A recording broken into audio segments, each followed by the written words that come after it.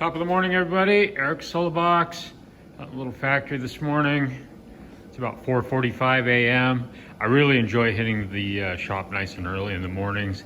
It's a good time of day for me to get some stuff done because Asher's still in bed, and so I get a few hours to myself before he wakes up. At least most of the time. Actually, here this week, he's gotten up pretty early a couple of those days, but anyway.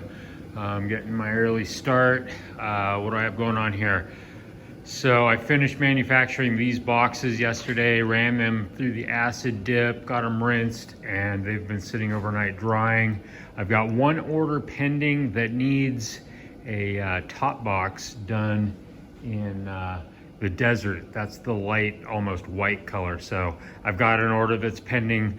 Need to get one of these done for that guy so I can get that order out of here. I'm also going to, so while I'm working on that stuff, while stuff's running through the oven, I've got a V-Strom 650 customer that his boxes are ready to go, but I need to build him a set of frames. So I'm rolling over into working steel this morning while the oven's over there doing its thing. I'll build a set of frames for that customer. Hopefully get those powder coated later on today. I think those are the only two orders that are pending that need to go out. A bunch of stuff shipped yesterday, and so I'm still basically caught up. Got an extra set of dark gray boxes in Rubicon that are sitting in the house, couple of black top boxes, and then most of this stuff. I think I'm gonna do a lot of this batch actually in the white desert color, just so that I've got some extra stuff sitting on hand that's already in that color. I'm gonna go and buy metal again next week and start another large batch. So I'll do a bunch more stuff probably in black next week. But you know, if I'm gonna be in that white, I may as well shoot a bunch of this stuff and then, you know, just have it in inventory so when somebody needs it, when they call, I can get it on the way pretty quick. So I think I might also begin the process of building pannier frames for my new CRF250 Rally.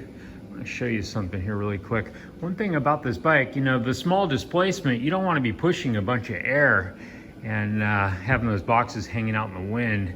This bike is just really wide at the back and really for no real good reason. This is actually a little toolbox here. This opens up, but I'll show you the entire thing. It can come off. And so I think what I'm gonna do is, you can see this line here that runs down and across. This whole thing pops off. And when you do that, look how much thinner this bike is. I could literally have pannier frames. The frames start like here and then a box on top of it.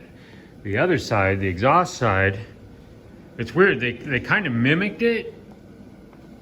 On the other side, it's about exactly the same size, but I'm losing a little bit of space right here with the stock exhaust. And so what I'm thinking I'm gonna do, I don't know how much this plastic is, I'm gonna look into it, but I think what I'm gonna do is trim this so that it runs along the same basic line that this side runs on, and eliminate part of this, because this is all gonna be behind the box anyway. You're not really gonna see it.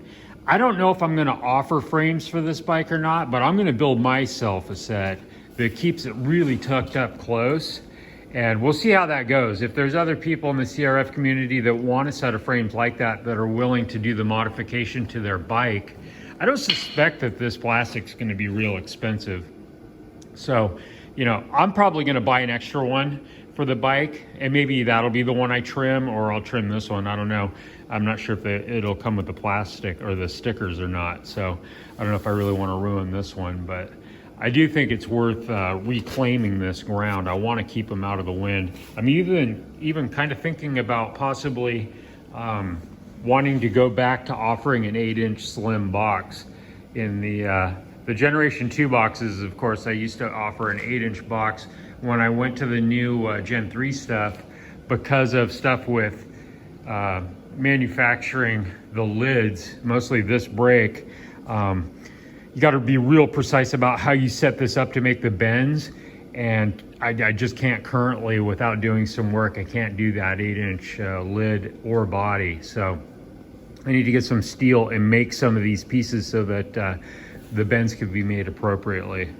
But we'll see how that goes with this bike. I just don't know if there are people, it seems like most of the people that have a smaller, more dirt-oriented travel bike, it seems like they all want to go with soft luggage. I don't like soft luggage, and it's not just because I'm biased because I manufacture hard cases.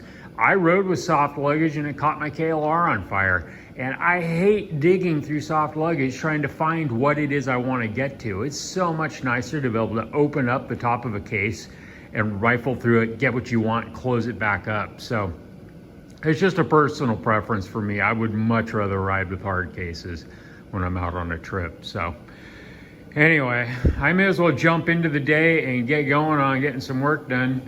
Quit yakking with you guys. So anyway, if you want panniers, give me a shout and I will get them on the way for you. Spring is around the corner. I think we're less than 2 weeks out. So I just love that time of year.